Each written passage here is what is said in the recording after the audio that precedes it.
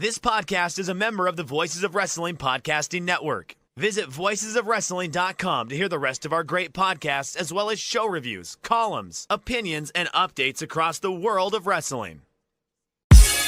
Competition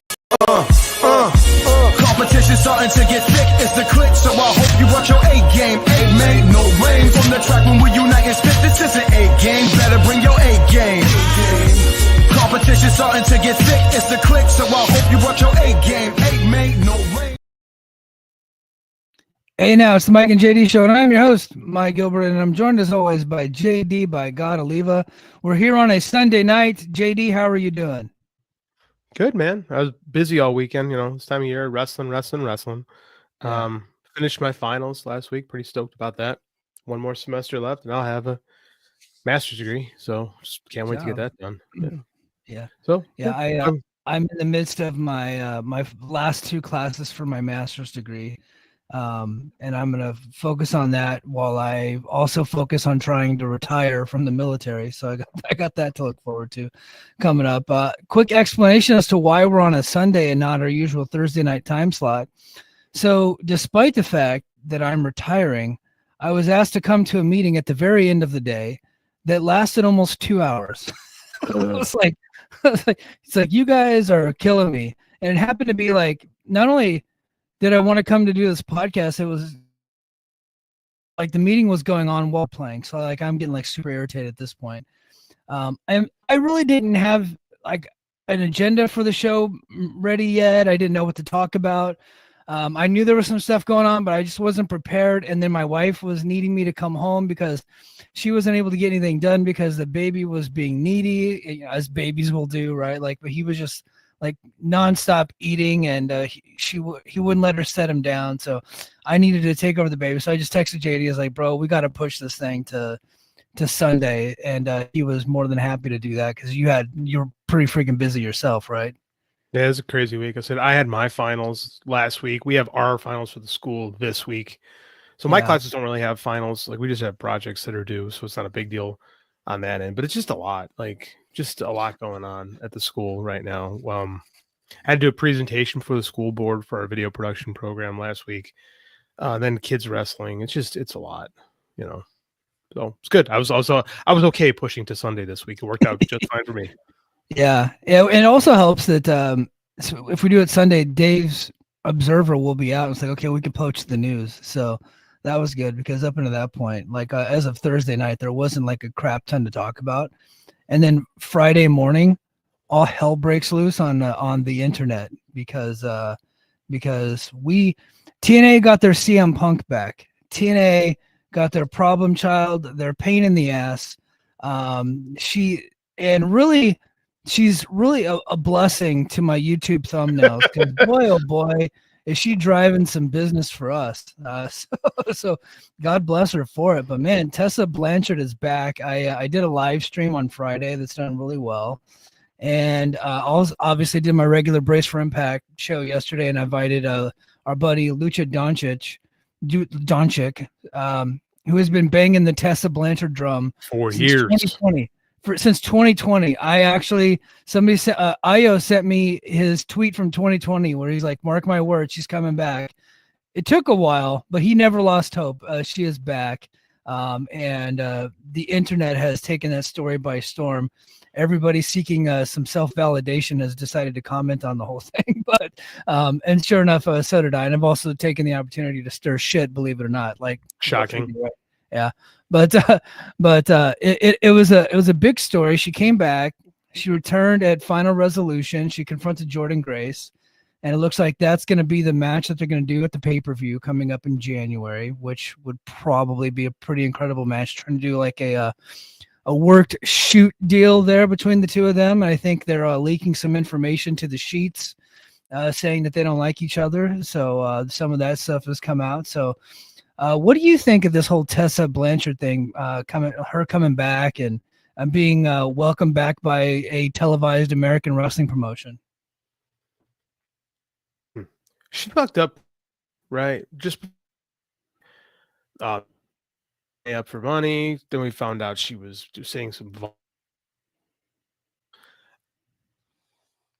controversial take on these. Hey, JD, hold on. I need you to you're cutting out again. I don't know. I can't hear anything that you're saying right now. What? I'm sorry. It's okay. It's fine.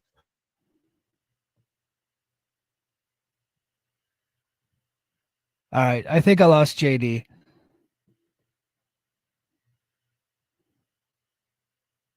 Yep. Lost JD. All right. Well, this is the problem with live internet television, folks. We if we have to depend on our internet, sometimes we just go out. Sometimes we have to eat shit sometimes. So here, I'm gonna go to the chat real quick while JD gets his internet fixed. Anonymous says, if Tessa is beating Jordan on her way to WWE, if Tessa is on her best behavior, could you see them possibly running a rematch down the line when Jordan gets the win back? I think the idea is that Jordan's putting over everybody on her way out. She's lost to Masha Slamovich a couple times.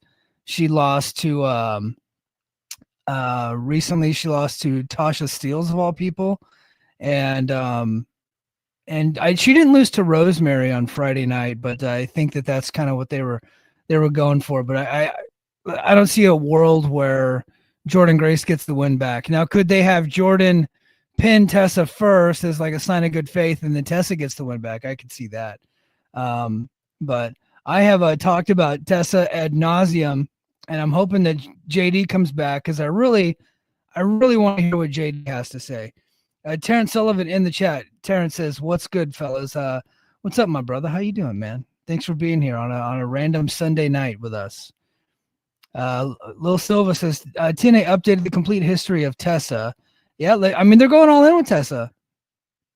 They're going all in. Jordan Grace, if she refuses to fight Tessa, she doesn't have to face her. She could say, F you, I'm going to WWE. Yeah, I mean, like Jordan Grace, I've said it time and time again. Jordan Grace has all the leverage. So if this was something she didn't want to do, she wouldn't have to do it. She's got the leverage in the situation, and no one would blame her if she did not want to take the match. No one would blame her at all. Anonymous says, I think they want to run Tessa versus Masha for UBS Arena. I think that's what, as far as females go, I think Masha and Tessa would be the match to go to for the UBS Arena in New York when they run that for Slammiversary. All right, JD, I think you're back. I think you're clear. All right, let's get your thoughts on this whole Tessa deal, because I think everybody's already heard what I have to say. Can you hear me? Am I good? Yeah, I think you're good. Trying to make my phone a hotspot. We'll see if that works. I have a super hot take on this. Like I said before, before I got off, she held TNA up for more money to lose the title. She said some really vile things in the locker rooms. She was a genuinely unlikable person. And then I feel like she's the one person who has successfully got canceled in pro wrestling. Right? It's probably her, David Starr, Joey Ryan, and Marty Scurll. Yeah. Jimmy Havoc, maybe. Yeah. And of the four, I would say like she is like, she didn't do anything nowhere near as bad as those guys. Let's just put it out. She used words that were vile. Yeah. But I don't know. I don't think she should not work forever. I'm a firm believer that the system is built around the fact that people can learn and can grow and can change. Right. I'm a teacher. Like I believe these things. If we can't reach people and they can't change, then we failed. Like I look at like a guy like a Jay Briscoe, who everyone kind of admits it was he did some stupid things, but was punished for way too long. Yeah. And it hurt the legacy and the family and all that stuff for, something that he genuinely apologized for. I think that if Tessa Blanchard has shown genuine remorse and wants to move forward, I don't think we should punish her forever by canceling her career. Like, I don't. I think now if you give her another shot and she proves to be a bad person still, okay, then go ahead and, cast her out. But I mean, I can't fault someone trying to be better. I just can't. Yeah. Here's my thoughts. It's a very risky move by TNA, considering the reason why she left in the first place, which wasn't because of her behavior in the locker room. As far as I know, she was fine in the TNA locker room back in the day. The issues that she had was more overseas and in independent locker rooms with some of the women. Right. That's where a lot of that stuff came from, is her days on the independents and working in Japan. where she was, called a bully and a racist. She said she got into an altercation with a girl named La Rosa Negra, and she said the word in that altercation and spit in her face, and that was the accusation. Since then, her and La Rosa Negra have made up. In fact, Rosa tweeted a picture of her and Tessa a year ago and said they were cool. It was like a year and a half ago. Now Tessa had what Tessa hasn't done is she hasn't gone on a public apology tour. She should. And apologize to everybody in public. It's one of those things where CM Punk said that the apology should be as loud as the disrespect. In this case, her disrespect was in private. So, and it was brought to the public by the people that she offended. So I don't know that it warrants her, going around and apologizing to everybody on social media. Some people just aren't built that way. And some people make amends through actions, right? And they change their life and they live better. They're not really good at addressing those situations. And she's chosen not to do that publicly. That is her right. It's her prerogative. For the people that have tried to get rid of her, I think Larry Dallas said this on Twitter. You have gotten rid of her. You won. Now she's back in TNA, but TNA is like their footprint is significantly less than AEW and WWE. The money potential, the money earning potential in TNA is significantly less than what she would be able to make in AEW and WWE. She's not in AEW or WWE, yet you're still trying to keep your foot on this lady's neck. So look, and I get it if you're a TNA fan and you don't want her in the company because of holding people up, but if you don't want her there because she was rude to people while she was on the independents, like you're not going to see or experience any of those things. And she's not going to come through the TV and do those things to you. So I don't really understand why you would not want to watch a television show because Tessa Blanchard is on the television show. That I don't get. It makes no sense to me. It's like, well, I heard she was rude to people on the independents and she said some vile stuff to somebody overseas. So therefore, I'm not going to watch the television show. And I'm like, you didn't see any of that. You didn't witness any of that. You didn't experience any of that. And she's not going to come through the TV and do any of those things to you. I don't understand why that is such a thing. And I don't understand why she has been canceled for as long as she has. She deserves a path to redemption. Now, I get it. She hasn't gone on a public apology tour. I understand that part. I think it would be better if she did. Some people just ain't built that way. She appears to be one of those people. But look, Lucha Blog was saying it on, he wrote a column about it. She's been in CMLL for over a year, and apparently they loved her there. They wanted to keep her around. In fact, she was a tag team champion there. And I think the reason why she left CMLL is because she asked if she can do TNA and do both. And I could be, if somebody in the chat read that article, I read it yesterday, I might be misremembering, but the way that I took it from Lucha Blog is the reason why she left CMLL is because she asked if she can do both TNA and CMLL told her no. And she ultimately decided to go with TNA. Now, she didn't drop the tag team titles, much like Stephanie Vaquer, like back to back. I don't know if that was an agreement she had with CMLL. I don't know if they got burned. I don't know anything. I don't think CMLL holds those tag titles in high regard. Or any other titles. Right. It seems to be a paperweight, to be honest with you. That's my read on it. I am not that embedded into the culture of CMLL. I don't quite know their deal.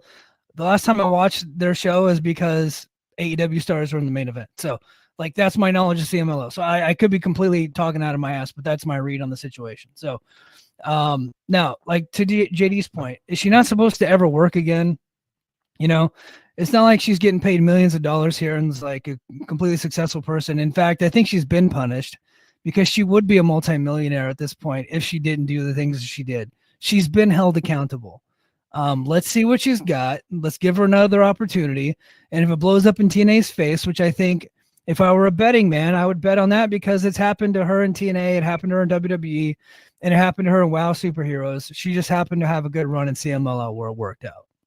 Mm-hmm. And the WoW Superheroes thing, I mean, that was a disaster to begin with. I don't know. I don't know, man. I can't fault them for trying again. And for her, it's probably she sees it as a door back toward working to WWE, which I'm sure is kind of what. And if that doesn't work out, I'm sure she can see it as a springboard, maybe to come into AEW finally. Like, I think she needs this. I think this could be her apology tour, this TNA thing. And I think I hate work shoots, but I think I think there probably is more money in her not apologizing right now and to try to stoke some flames a little bit. Because I don't think one person's not going to watch TNA because Tessa's back. I don't think that's real. Like, I don't. Yeah. I think people. Go ahead. Go ahead. No, you go ahead. Finish your thought. Well, Sorry. I think that's people that are just want to be angry that aren't watching the product to begin with. You know, I don't think they're going to lose a single viewer because of Tessa Blanchard. If anything, they're going to excite their fan base. Yeah, and if anybody's wondering why TNA would bring her back, well, Jordynne Grace is leaving, and they don't have anybody there to replace her. And Tessa's the only thing that comes close. Now, Jordan's a bigger star now than Tessa. Tessa is now, right? But Tessa is the second biggest ratings draw in the history of Anthem-owned Impact. Since, or at least Impact on Access TV. I pulled up the numbers from WrestleNomics in preparation. I actually prepared for this. Ooh. Her average total viewership from her run as the top star on Impact on Access TV, which was just a few month period, because they got on Access TV in late 2019, and then the pandemic hit in spring of 2020, and then she just never came back. The average is 196,000 viewers, which is pretty incredible for that station. The highest rated show that they did with her on it as her the top star was December 10th, 2019, which was 220,000 viewers. That is the second highest rated episode of Impact on Access TV, only behind the Kenny Omega episode, which got 222,000 viewers. Now I know that Kenny Omega, the replay episode was actually, what's that? The Wrestle House episode. Wrestle House. The replay of that episode was higher, and then they put it on the internet, so the cumulative was a lot more than 222 for the Kenny Omega. But if you're talking about just a first run episode, that's what the comparator is. That's what ad revenue is driven from. It's Kenny Omega at 222. It's Tessa Blanchard at 220, right? I didn't go over Kenny Omega's average rating because it was not good, because he never got back over 200,000, but Tessa had several episodes over 200,000. Right in there in that 190, 196 range was the average. And Kenny Omega, his second best one that he was on was like 168. I took a look at it. There was an episode before that where the main event was Juice Robinson, was Finn Juice versus, I can't remember the episode. That got almost 200,000, but Kenny Omega wasn't on that episode. So Tessa Blanchard is the last time that they've actually had a big ratings draw. After that, her run as champion in February was the last episode before the pandemic, and then you get into March and it's like pandemic, and then the ratings completely fall off a cliff until Kenny Omega comes in, and then he only really popped a couple of numbers on Access TV, and then that was the end of it. Couple things. One, you talk about ad revenue with Access TV. There is no ad revenue with Access TV. Yeah. So I mean, like that's kind of that's kind of a non-diploma. Pandemic era wrestling TV ratings sucked everywhere. Yeah, because nobody wanted to watch empty arena wrestling. So I think you're comparing apples and crab apples a little bit there. Like Kenny Omega and TNA is interesting, but it's still in an era where nobody was really watching a lot of wrestling. Yeah, no, that is true. I'm just saying the last time they had anybody that was averaging those kind of numbers was Tessa's era, right? And then the pandemic hit, and then everything falls off a cliff. Kenny Omega brought him back for a couple of episodes, but that was really it, right? And so they're looking at it as like, okay, we're back. We got hot crowds and bigger crowds than we ever had before. And can we bring back the greatest ratings draw in the history of our TV show on our network? I think that's why they're doing it. Scott D'Amore's gone, so he's not there to make the decision. This is the bean counters. This is the people that are like looking at the numbers. So I'm just trying to like, why would they want to bring her back? Well, if you take a look at the numbers, she was successful for them at the early stages of Impact on Access TV, and they've never been able to get back there since then. Yeah, for multitude of reasons. I can't hate people trying to give someone a shot. Like, of all the people in wrestling that have gotten a shot again after screwing up, her dad famously made a big mistake and never got another shot again. Like, Tully Blanchard's the only professional wrestler of the 80s that actually got punished for doing cocaine. Like, really, really punished. He failed a BS drug test and couldn't get a job again in mainstream pro wrestling.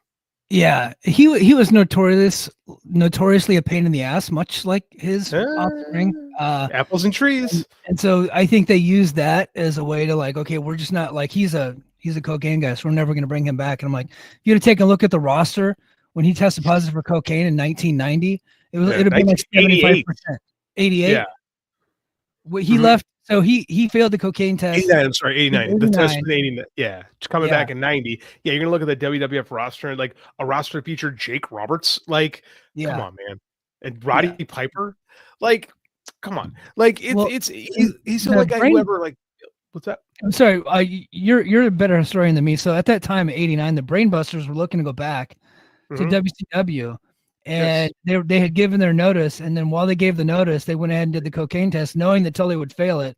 And then that thing, and then they ended up bringing in Arn at significantly less money because of that. Right? That was the whole story. Arn didn't fail. Tully did. They brought Arn. Like Jim Herd's a dickhead. So Jim Herd told Arn he's not as valuable without Tully. But Arn had already put his notice into WWF, and he already was unhappy with the money he was making in WWF. So Arn got fucked twice over, right? Tully, on the other hand, just didn't get his job back. So, and Jim Herd's like, we can't bring in a guy who just failed. Like the drug test is basically they did it to derail, to fuck with the Brainbusters for going back to WCW. Like that's one of the all-time greatest. Like Vince McMahon is a petty piece of shit things. Like, but I mean, Tully made his own bed. Like he was a notorious asshole. You know, and his daughter's not terribly different. But I mean, like very famously, the money held up thing was from Magnum, right? Her stepdad, Magnum TA, told her to do that. So I mean, like it's wild to think about that. My favorite match of all time, those two guys essentially raised a daughter. There's like a sitcom there somewhere along the line. You know? I think Jim Ross at one point was pitching like a reality show with the Magnum and Blanchard family. I guess the Terry Allen and the Tully Blanchard family, like being a blended family. It's so weird. I would have watched that. I think that, I mean, as a wrestling fan, I think that's absolutely fascinating. But aside from that, I can't get mad at them for trying something, especially I think this is the year we're really going to see the effects, like the ripple effects of the WWE TNA relationship. I think you're going to, I think Joe Hendry's going to be there sooner rather than later. I think Jordan Grace is on her way out. Like, it's the kind of stuff we could expect. Yeah. Joe Hendry's probably going to be over there at the end of 2025. Jordan Grace is going to be there next month. And I think so is Josh Alexander. I think he's going to go back and reform the North with Ethan Page. Gresham looks like he's on his way out. There's a couple other, but Gresham is like a pre-show guy, to be honest with you. He hasn't really had an effect on TNA. But lots of people are leaving, and they got to fill those, like Speedball's gone. They got to fill the roster back up. And so they went back to the Tessa well, which I think every promoter looking at like, hey, we're losing a bunch of talent. Here's our problem child. Let's break in case of emergency. And I think they're at that point because we covered it, last time we were here with BQ. They have some major arenas coming up. They got the Curtis Culver Center coming up in January. They got they're going to go play the USC Trojan basketball arena in April. They got the UBS arena, which is a 17,000 seater coming up in July. They got to fill those places up. And so who are they going to get? Well, Tessa's one of those people, and they're going to get anybody that they can to do this because they probably wrote some checks that they are not ready to cash just yet. They're taking some chances next year. They're trying to go big next year. So they got to bring in people. Got to try. I think it remains to be seen whether or not Tessa's an arena draw. She did some decent rating stuff 5 years ago. So they weren't selling hardly any tickets at all back then. And like that's what we're talking like in the hundreds. Right. So like let's see, like is she gonna matter much for tickets? I don't know, but the brand is hot. The brand is hot right now. But they're having a massive turnover. So let's kind of see where things are at in 4 months down the line. I think I do think we're gonna see another kind of an interesting first quarter 2025. I think these things are going to be very interesting in pro wrestling in general. Yeah. In the next few months. So I can't fault them on it. I can't tell someone they're never allowed to work again because they said something stupid. If everybody held everything stupid I've ever said against me, I would be unemployable. She's not, as far as I know, she's not a criminal, right? She just happens to be a pain in the ass and a rude person. Pains in the asses and rude people can learn and change and grow through lived experience and harmful consequences, which she's had both, right? She absolutely was blackballed from the business for 5 years. And TNA is not the first company to give her another shot. It's CMLL. So if you want to blame anybody, blame AEW partner CMLL. Do that. So But they're the ones that rehabbed her, and TNA is bringing her in. So, But I mean, we'll see how it works out. Yeah, see how it works out. Like I said, if she's a pain in the ass again, okay, you tried and it didn't work. Like it's funny you mentioned CM Punk before. The apology has to be as loud as the disrespect. That guy never apologized to anybody. No, and he's a gigantic pain in the ass, and he's gotten opportunity after opportunity. Like, and there's a lot of people that have said very vile things on the male side of things who've gotten numerous opportunities. Randy Orton is a god amongst men in WWE, and he's kind of an asshole. Yeah. Right? Notoriously, especially when he was Tessa's age. Yeah, exactly. So, I mean, like, yeah, she fucked up, but I mean, like, I cannot in good conscience say somebody should never work again when they never broke a law. They never really hurt somebody. Yeah. Let's see what happens again. I can't get too mad about this. Yeah. We're gonna move on. I've already covered the Tessa thing a couple of times already. Go to our YouTube channel, check it out. And if you're watching this on YouTube, please give us a thumbs up, comment on the video, and make sure you're a subscriber to the channel. JD, we're like 40 subscriptions away from hitting 2,000. I would really like to get to 2,000. So I'd like to get to 2,000 like sooner rather than later. I'm not going to put like a deadline on it, but I'd really, that would mean a lot to us, and it'd be really helpful to our channel to get to 2,000. So everybody make sure you're a subscriber, and also subscribe to the Voices of Wrestling channel too. I would greatly appreciate it. All right, well, let's get over to some AEW talk. No more TNA talk. TNA fans, I see you in the chat. I love you guys. I'm going to be doing some more TNA stuff coming up during the week. I am actually going to write an article about Tessa Blanchard, and then I'm also going to do an end of the year article about TNA's business turning around starting in June of last year. I'm going to update an article that I had already written, but I'm actually going to make it a little bit better and probably put it out for more people. So TNA fans, I see you. We're going to talk some AEW stuff right now because we talked about TNA's business kind of on the upswing at the box office, at pay-per-views, and actually even in like October, November a little bit, like they actually had like a small ratings uptick where they're back in the top 150. In fact, at one point they're in the top 100.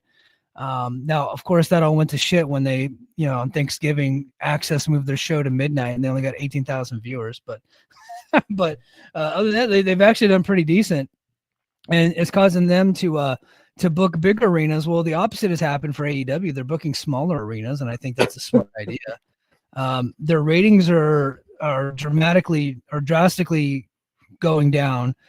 This is from the Observer. So ratings in the 18 to 34 demographic have dropped drastically, with the December 11th episode drawing 70,000 viewers in the demo compared to 165,000 viewers for last year's Winter is Coming. I don't think that is a decline caused by loss of cable homes on TBS. I think that is loss of interest in the company. There, you would expect there to be a little bit, but that is over half that they've lost. Rampage, they went from they drew 9,000, and last year it was 43,000 in the same week. In the 18 to 49, or the 35 to 4, 18 to 34. Sorry. And live attendance and house shows attendance at AEW events is stagnant, mirroring declines in ratings. House shows are an indicator of fan engagement, financial health, and the decline started well before TV ratings and pay-per-view buy rates fell. But they still remain profitable because they just got a $555 million three-year TV and streaming deal with WBD that has insulated the company from financial woes. But this only extends until the end of 2027. They did get a little bit of good news. All in Texas, the Globe Life Field sold 6,000 tickets with gross revenue surpassing $1.25 million. Man, how expensive are those freaking tickets? It's the third highest grossing event in AEW's history. It would be behind the previous two All Ins. So what is going on? I think the ratings and then the ticket sales, that really is scary for this company. I agree. I did a JD Oliva project, I think earlier in the week, where you've done 2 of those this week, man. You were on a roll, brother. Dude, you gave me the idea of just to record stuff on the phone and not worry about the slick video production, and you were right, man. I did it works, and people love it, so keep it up. People love I'm gonna, because I have time in the car and I have thoughts. So like, there's kudos to my friend Mike Gilbert on this one. Anyways, I did one on Batman Revelation. So if you like Batman, like Batman 89, good book. Check it out. Check out my review. I also did one on Tony Khan. Like this Post Wrestling put up a thing saying, should Tony Khan step down as head of creative? And a lot of people were like, yes, absolutely. And in theory, I agree that Tony Khan is burnt out. I think you see it right now too. I think what we're seeing right now is mirroring WCW 1987. I think we're seeing WCW 1987 into 1988. So the difference being is like when WCW or NWA Crockett, I should say, hit this spot in 1988, they sold to Turner and they were basically done. The true story is when Dusty, that was when that happened. Dusty got a little bit of a creative reboost and things started to pick up in 88. Mm-hmm. But Dusty messed up and got fired. Yeah. Which actually, the whole tumultuous thing, we're seeing the opposite of AEW. They got insulated.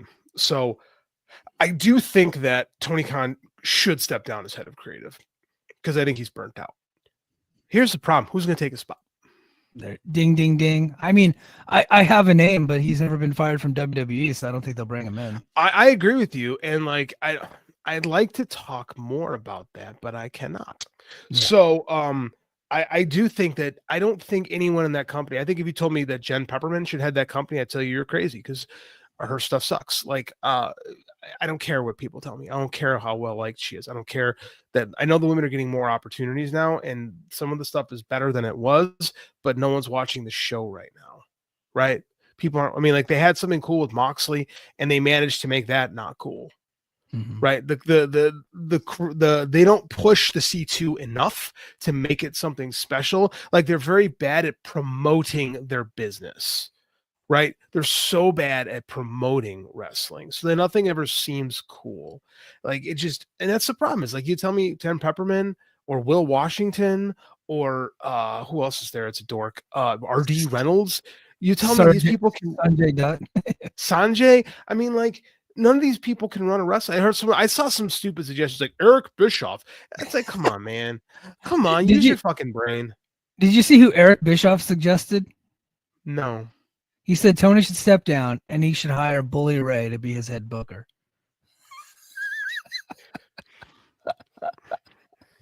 See, why do people listen to this guy? Like, why does anybody listen to him? I heard Jim Cornette, like Jim Cornette's Ring of Honor stuff didn't draw any money. Like they lost money with Cornette booking. Like, this is the thing is Tony Khan was a fresh voice in pro wrestling in 2019 and 2020, right? He was a guy from the outside who was doing different things, who listened to people around him and hired a bunch of people. Well, you have to hire that guy there in WWE.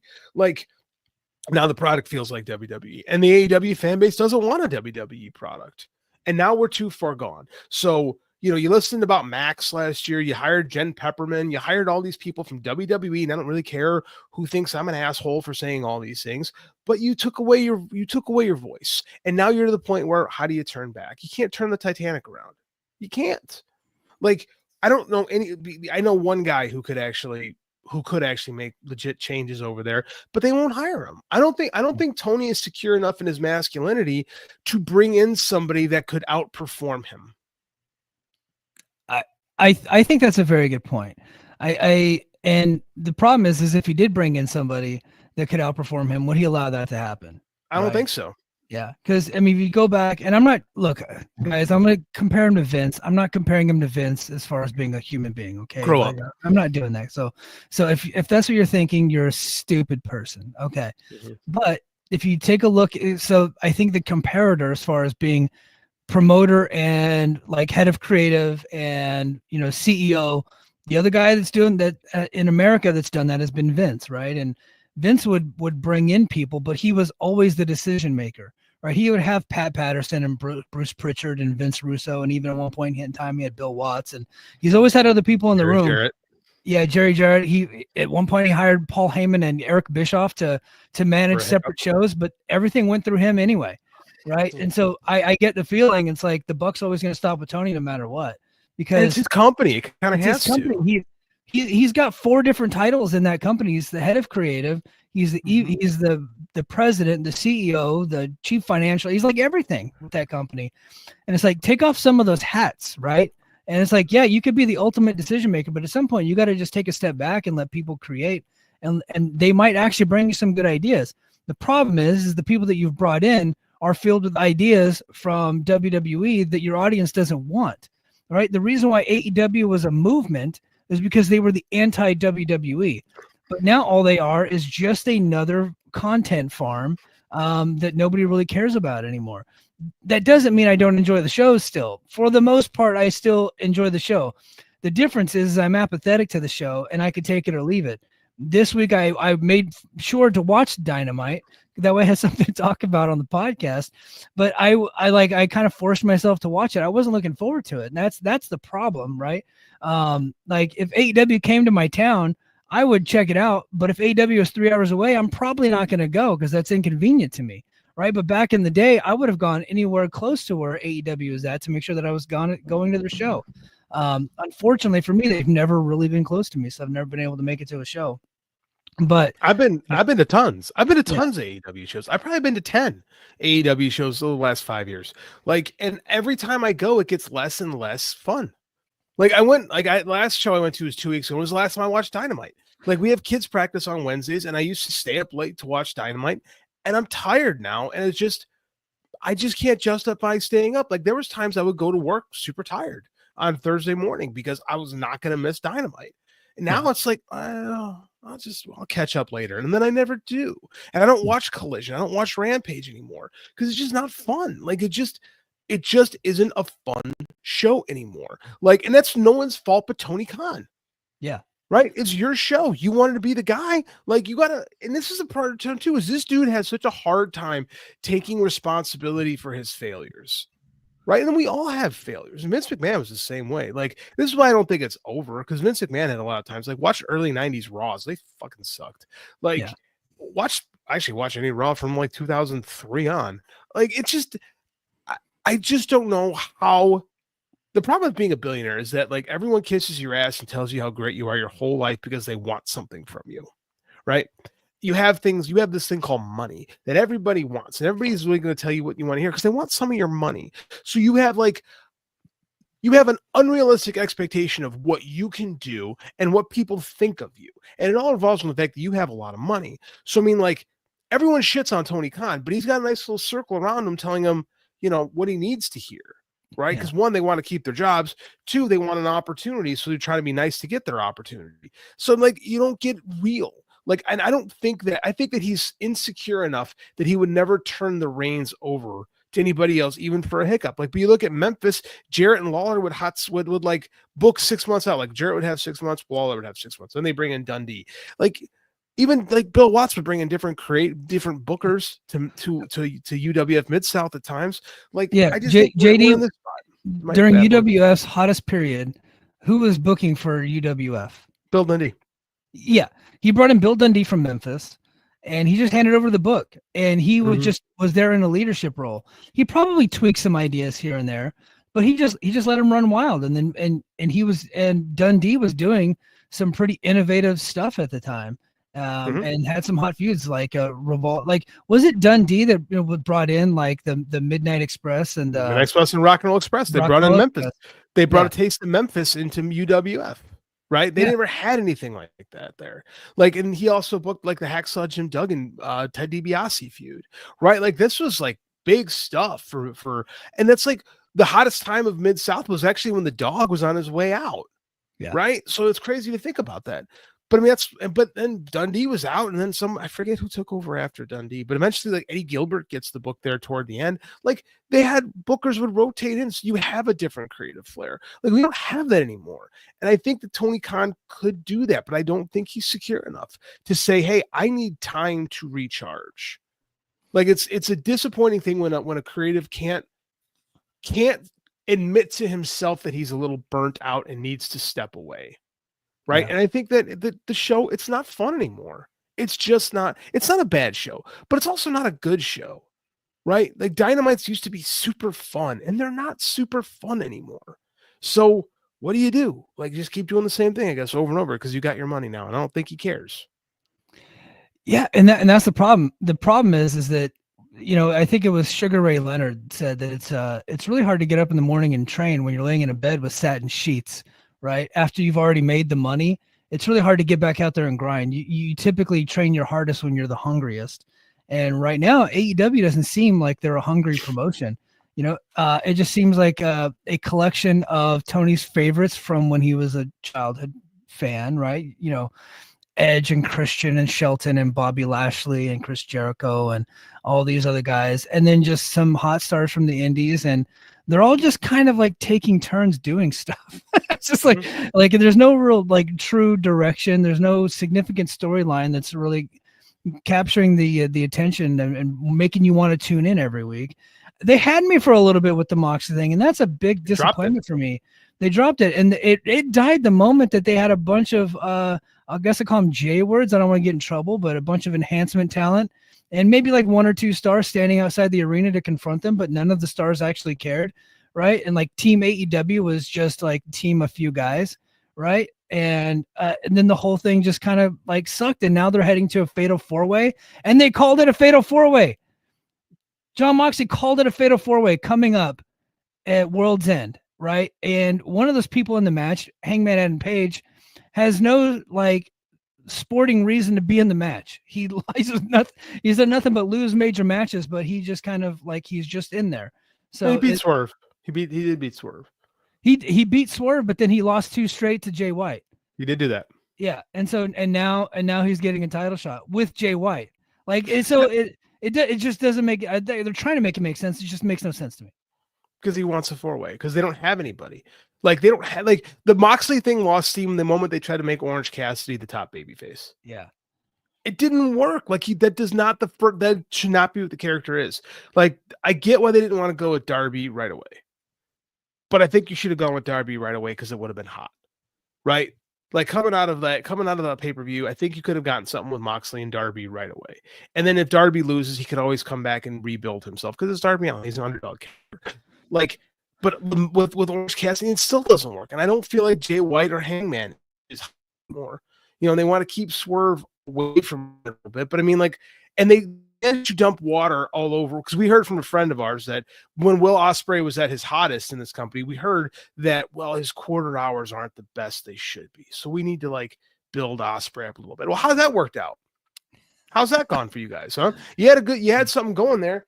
And then you made him put over Swerve, but you didn't have to do that. You could have put somebody else in that spot. Like, I don't understand why we had to take why we had to take the wheels out of these guys. Why we had to take them out from their knees. Like, you guys are in charge of this. Like, it was needless stuff. Like, it's death by 1,000 cuts time and time again. If someone's fucking hot, ride them. It's not that hard, pro wrestling. It really isn't. But they make it so hard, and here's the problem. They make it so boring. Yeah.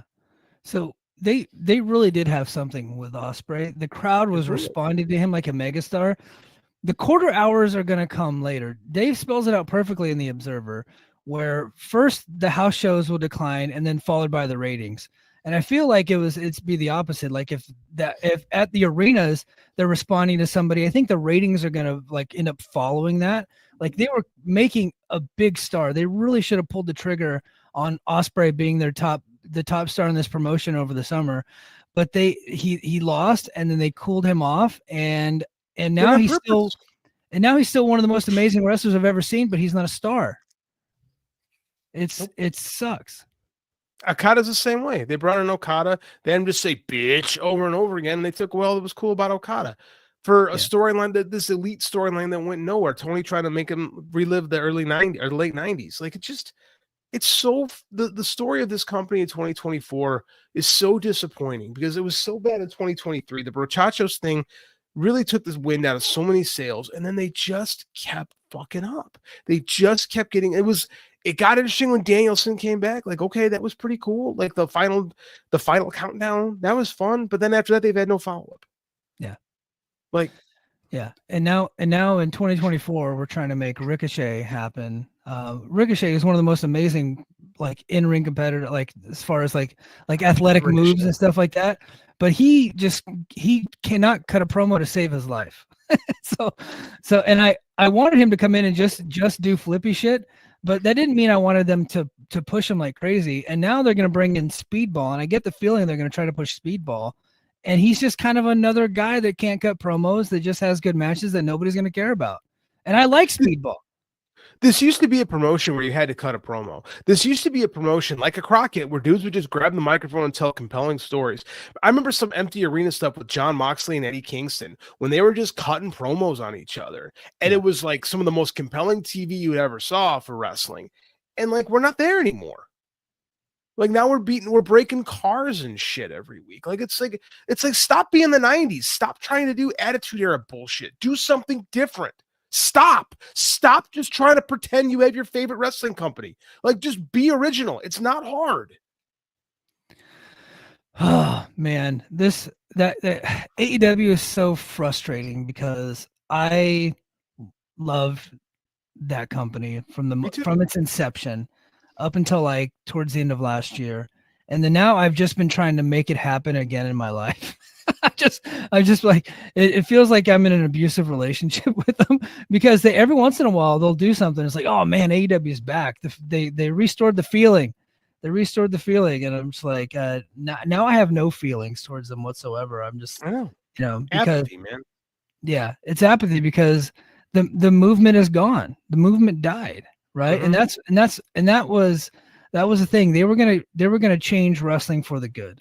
They were gonna make wrestling better for everybody, and they weren't gonna pull the same shenanigans and tactics that WWE was pulling. And now they're not doing the, ungodly, immoral things that WWE is allegedly, whatever. If you want to say allegedly, I think we kind of know like what happened there.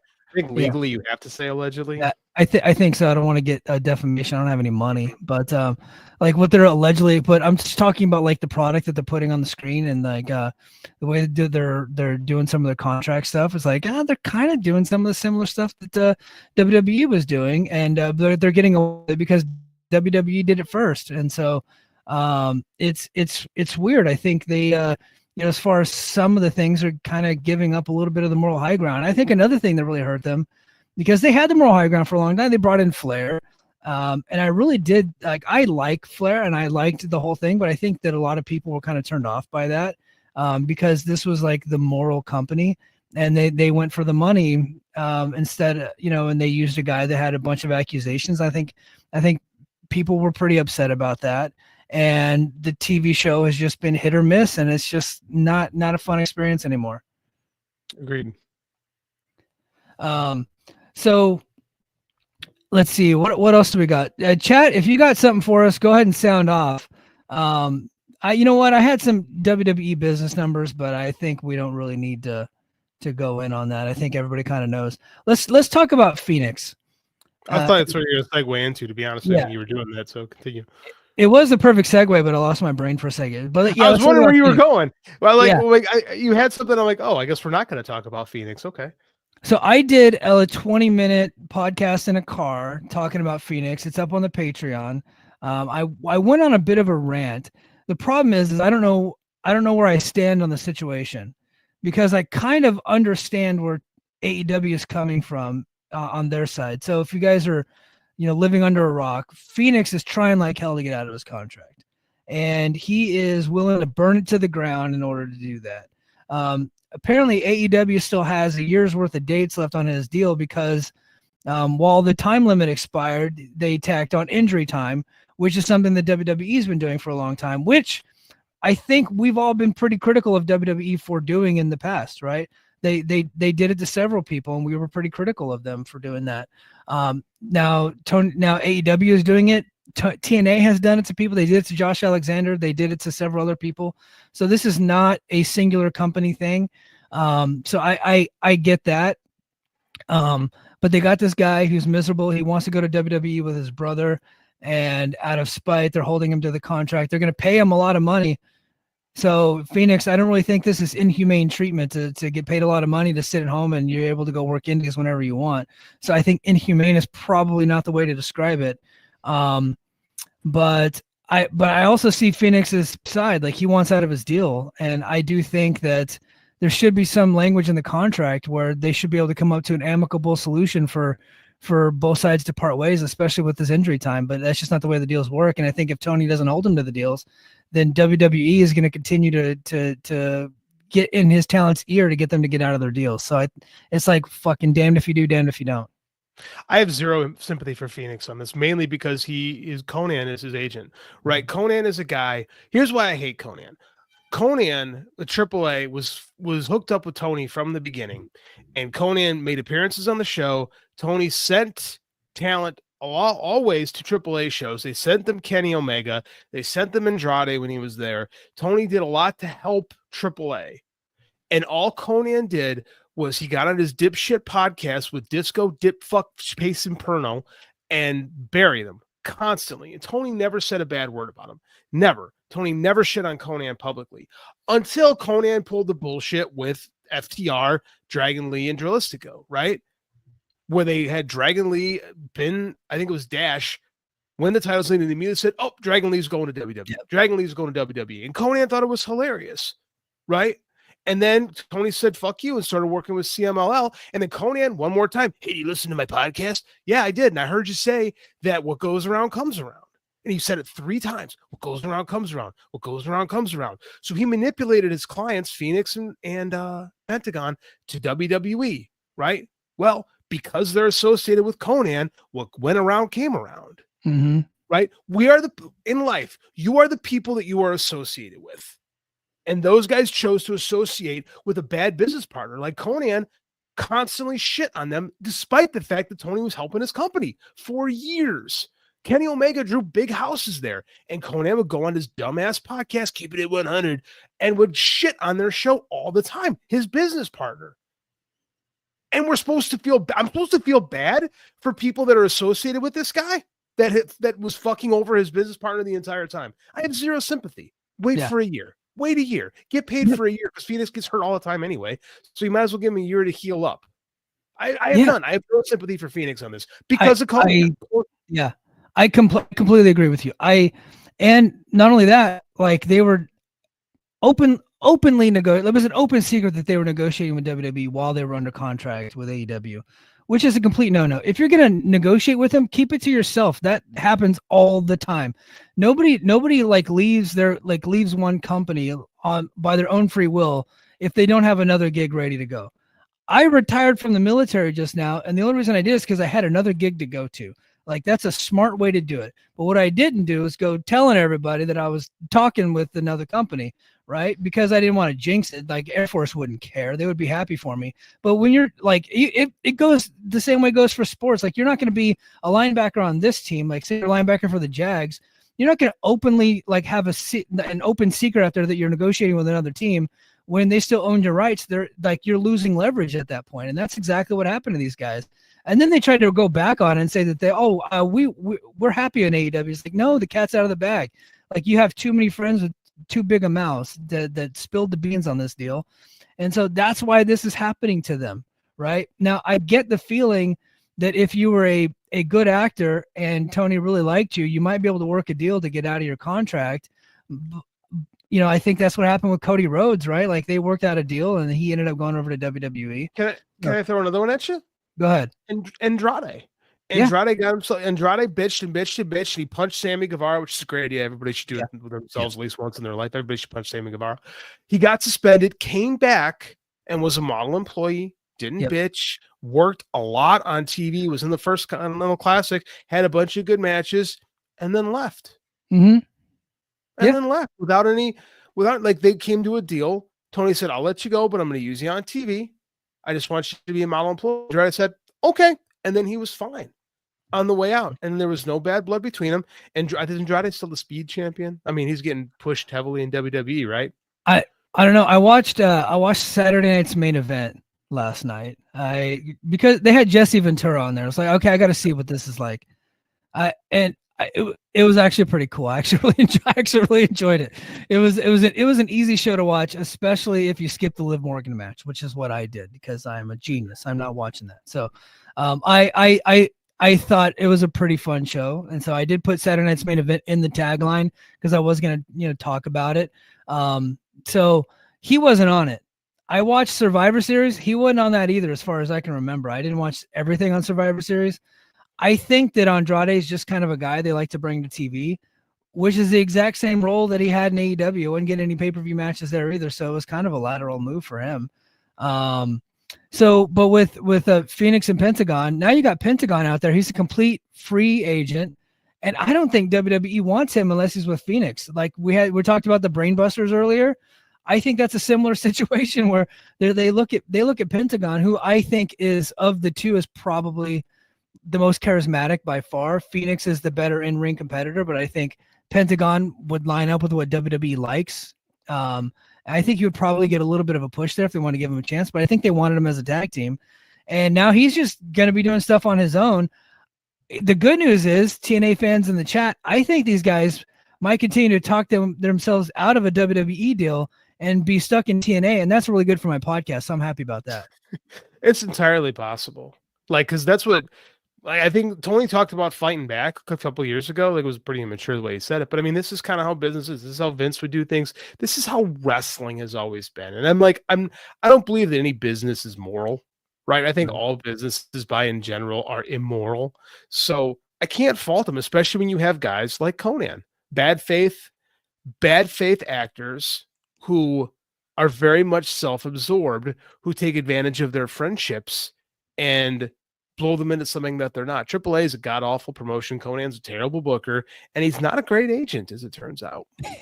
He routinely gives people bad advice. Him and Magnum TA should no longer be giving advice, especially because the Lucha Brothers really look up to him because he literally discovered them when they were children. Mm-hmm. They were out front in Mexico City, like outside of a wrestling show, practicing their moves in the streets, and that's where he kind of like recruited them. At least that's the legend that was being told. I don't know if that's true or not. Conan's full of shit, so who knows? Yeah, but he has really guided their career since they were children, and they've been pretty successful. They completely screwed the pooch on this one. They totally screwed this one up because they would still be on TV right now, being pushed. Not the top tag team, but they'd be pushed. They'd be having some pretty good matches. And then they could probably go out of the company with dignity. But now they got some stank on them. And I'm like, if you're WWE and you're watching how they're behaving, trying to get out of their deals there, you're like, I think they would do the same thing to us. Do I want to bring these people in? Yeah. I would not. If I had a business, I would not do business with Conan. Yeah. I just wouldn't. I don't think he's someone you can trust. I don't think he's a good faith actor. I really don't. Like, there's a reason why when the Radicals thing shook down, they didn't touch Conan because Conan fucked him over on the Max Moon thing. They spent $100,000 on that Max Moon outfit, and Conan bounced to Paul Diamond, and it didn't work. Right? I'm not saying it was a great gimmick, but there's why when all those guys left WCW, Conan didn't go with because Vince said, I don't want him. Yeah. Yeah, he didn't live up to his word back then, and that was a gimmick that he created. Yep, he created the gimmick. He got them to buy all the gear, and he just no-showed the whole deal. And they gave the gimmick to Paul Diamond, and it didn't. Now, I don't think anybody wearing that gimmick it was going to work. I think it was dead on arrival. No, but they still spent a ton of money on it, and he still just ghosted them. This is why they didn't bring him in. They didn't bring him in when the Radicals thing shook down. They didn't bring him in when WCW closed in 2001, and they brought everybody in, not Conan. Yeah. Conan was in TNA, and surprise, surprise, he ends up suing TNA. he left there, and then it took forever, but TNA being TNA, they ended up bringing him back. I think in like 2017 or something like that. Jarrett brought him back. So see the beginning of the show. Like, that's just what TNA does. But no, I wouldn't. I don't feel bad for Phoenix because I think he took some bad advice. I'm not saying he should have stayed with AEW. I'm not saying if you're not happy with it, but there's a way to leave the company. And I get the fuck out of here. I'm about to say, but Andrade was a great example of how you leave this place. Yeah, I think Miro. He's not doing anything publicly, but he is obviously leaking to the media that he's trying to get out of his deal. But he hasn't really done anything public to like embarrass himself or anybody else, which is what the Lucha Brothers are doing. So I hope that him and Tony Khan can find an amicable way for him to get out of that contract. I do think that pro wrestlers need to protect themselves a little bit better with the language in the contracts. I understand the importance, like we're in a capitalistic society, right? And the employers are always going to have the leverage. They're not going to bring somebody in unless they get the leverage, unless like you're just absolutely worth it. Like if you're Hulk Hogan, they're going to give you all the leverage in the world just to bless your company with your presence, right? But if you're a lower level guy, I would at least try to get some language in the contract where if there's injury time added, which is only exists in pro wrestling, it doesn't exist in any other pro sport, only exists in pro wrestling. If you're getting injury time added, you should be able to like have a negotiation window where that can be reduced, or you can get out of the contract, altogether. Or if there's like a way like, hey, look, I don't really want to be here. I'm not happy anymore. I don't like the creative. You're not going to push me the way I want. I'd like to just go be on my own. There's got to be a way to negotiate to get out of that deal. There's got to be some type of language in the contract. Now, I don't know what that looks like. I am not a contract lawyer. I did take a class for, dealing with contract management. I have hired people on contracts in the military before, but they were able to give us like notice. Like they could just like give us 30 days notice and you just let them out of their deal. Like that was not a big deal. So something's got to happen to where these wrestlers can get out of their contracts, because I think it's kind of obscene right now. Phoenix aside, I think just overall that there's got to be some, like, I know we're never going to get a union, but wrestlers need to figure out a way to get better contracts. I don't disagree with that one, but I just, I don't know. I don't know what the solution is right now. I think I have a conspiracy theory. I think Miro's doing this on purpose because he knows he can't really go back to WWE, but he doesn't really want to be in AEW either. So if he bitches publicly, they'll just keep him around so he can't be somewhere else and he keeps getting paid. That's my Miro conspiracy theory right now. If that conspiracy theory is true, Miro is the greatest wrestler of all time. Greatest worker in history. He is a complete genius. There's some people are saying that because Camille kind of did an interview and said that, she has a lot more to offer AEW. And now people are saying that AEW is never going to bring her back to TV, because she isn't what they want, right? That's just not her. She's a power move, like lanky power move beast of a wrestler. She's not going to do what AEW does. And so they didn't really lean into her strengths, and they kind of put her in a position to make her look bad. So they're probably never going to bring her on. But now it looks like, I don't think she was like complaining, but people took snippets of an interview and made it seem like she was complaining. And if Tony sees that, he's probably just going to make her sit and just pay her for 3 years. And if so, kudos to you too, Camille. Get paid. Why do people, like, we've seen time and again, remember Brian Cage is the best example. Brian Cage's wife went and bitched, and Brian Cage spent like 2 years in purgatory, but he's still there and still getting paid because he himself didn't complain, but he's still there. He's got a job, but Tony Khan because again, I talked about insecurity. Tony Khan very much does not like when people go on public forums and complain about his company if you're employed by the company. And I kind of get that. If you're working for, I don't know, like a big major bank corporation, and you do a public corporate, you do an interview where you bury said corporation, they're not going to look kindly upon you. I bring that up for no reason. Honestly, I don't know if you were working for a major bank. I don't know why you would complain. I think that's a great business to get into, to be honest with you. See, that's how you answer that. That's how you answer that question. It's not that hard. Like, I'm very happy with my job. I would love to do. Of course, I want to do more. I'm hungry. I really want to be the best that I can be. I love going to work every day, and I just want to show what I can do. And I'm so excited with all these ideas. It's not hard, man. You're a fucking wrestler. You're a liar. You're a professional liar. Just do it. Yeah. And be a professional. Like, shitting on your employer does not help you with future employers. No. I can assure you of that. It burns a bridge. Dude, I interviewed somebody for a contractor position one time, right? Not a contract. This would have been a military. They would have been a federal employee. So not even on a contract. They would have been a federal employee. And I interviewed them, and they came in and I talk about like strengths and weaknesses, which is like a typical question you ask on an interview. So, well, what are your strengths? And they had some pretty good strengths. And like, well, what are your weaknesses? And they go, oh, well, sometimes my mouth just gets me into trouble. And I was like, huh, okay. I was like, then I looked down and see her the last employer was like, okay, well, I saw that you were working here as a secretary. What was it like there? And why did you decide to leave? And she just completely buried the whole operation. And I was like, I'm not going to hire you. So after the interview was over, I had to tell this person immediately because she was prior military. So she's like enlisted person. So she's one of us, right? So I got to take care of her as like being a senior veteran here. So I pulled her to the side and was like, hey, you're going to get another job interview one day because you're in the system. Don't ever say this again, and never speak badly about your previous employer, even if it's the truth. At least wait till you get through the door, right? don't do it on an interview, burying your previous employer, because I'm going to think you're going to do that to me. So I can't hire you as my secretary. That's not my personal secretary, the secretary for my office, right? Like that was going to be her job. And she ended up getting interviewed again like 4 months later, used my advice, got hired on the spot, was like the number one hiree, and is still working in that clinic to this day, because you just don't do that. You don't bury your current employer when you're looking for your next job. You never do that. Nope. Because who wants that? Like, be smart. Like, I guess a lot of times wrestlers never have real jobs in their life, so they don't know how to do this.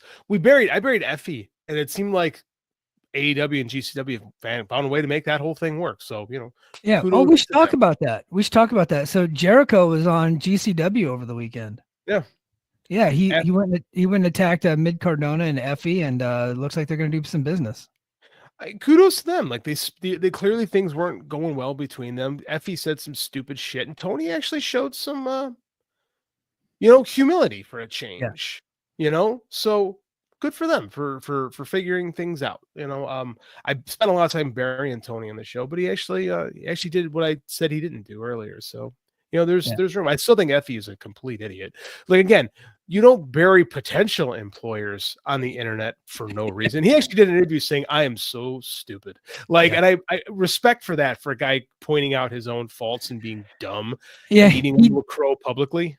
Yeah, but he also blamed it on being gay, and I was just like, no, you don't get to do that. I thought he said he could blame it on being gay, but didn't. I thought he was like, well, this is how the gay community is we're bitchy, and like, I forget that normal people aren't like, or regular people aren't like that. So that's how I interpreted that. But maybe the way I interpreted it, maybe I'm wrong, and so if I'm wrong, I do apologize. But I took it as like he was like, well, he was making it as he was using it as an excuse. Well, in the gay community, this is how we are.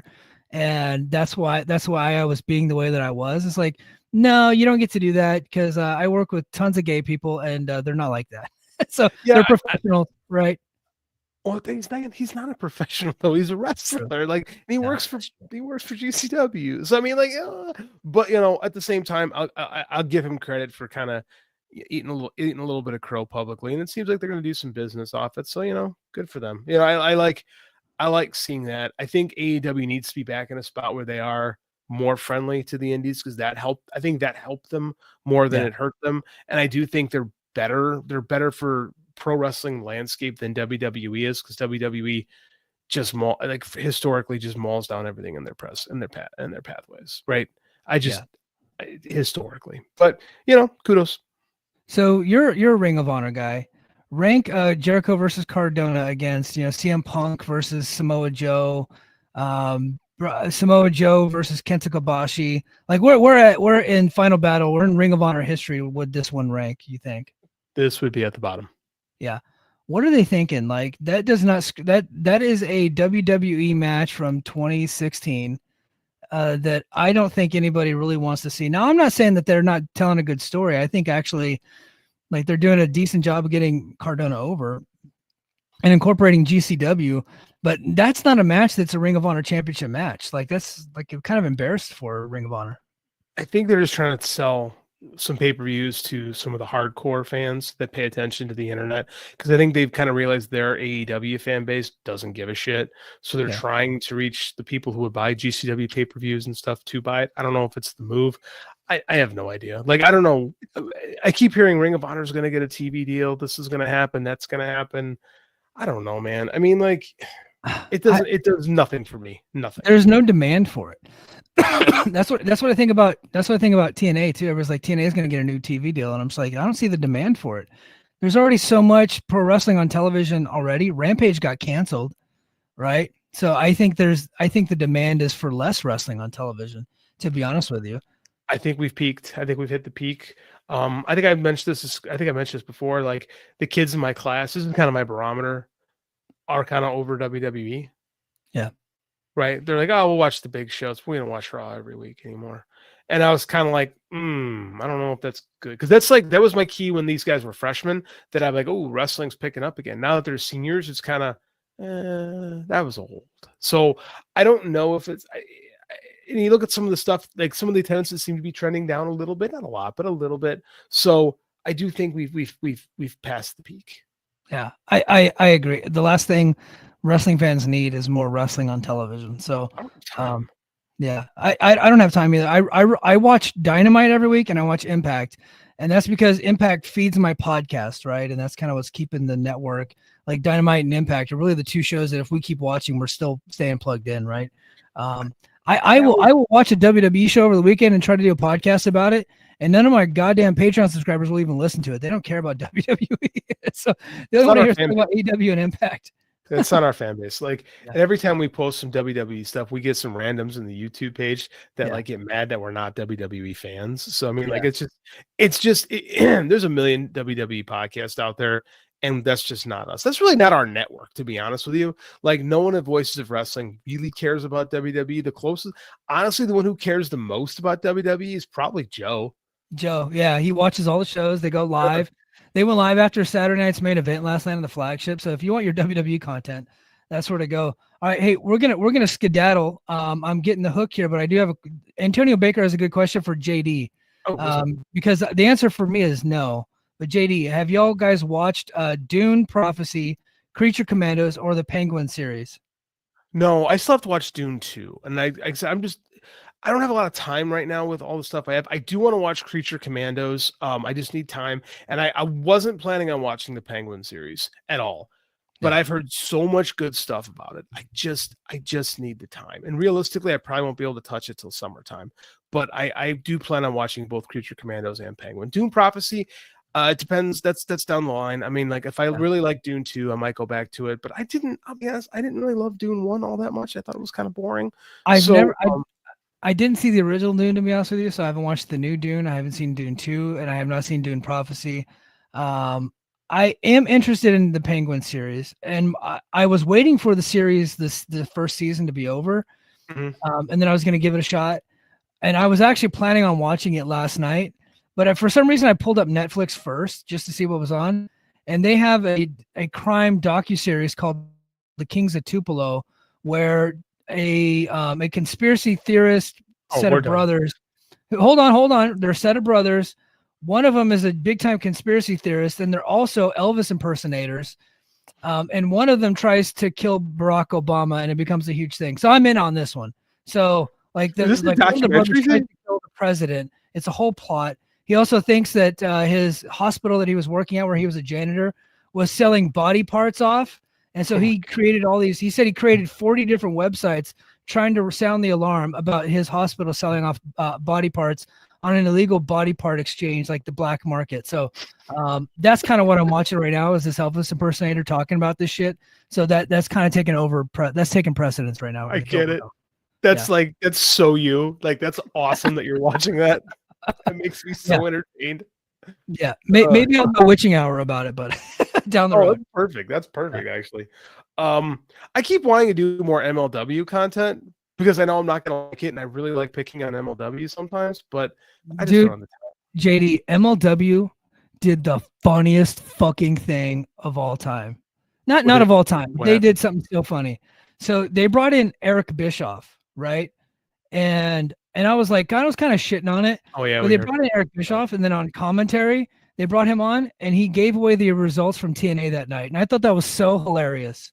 I was like, just kind of classic Bischoff giving away the results of the, because they were going up against, like, MLW was going head to head with Impact that night, and Bischoff came on and gave away the results, and it was so funny. That is funny, actually. Kudos. Yeah. Well done, Court. That's a good one.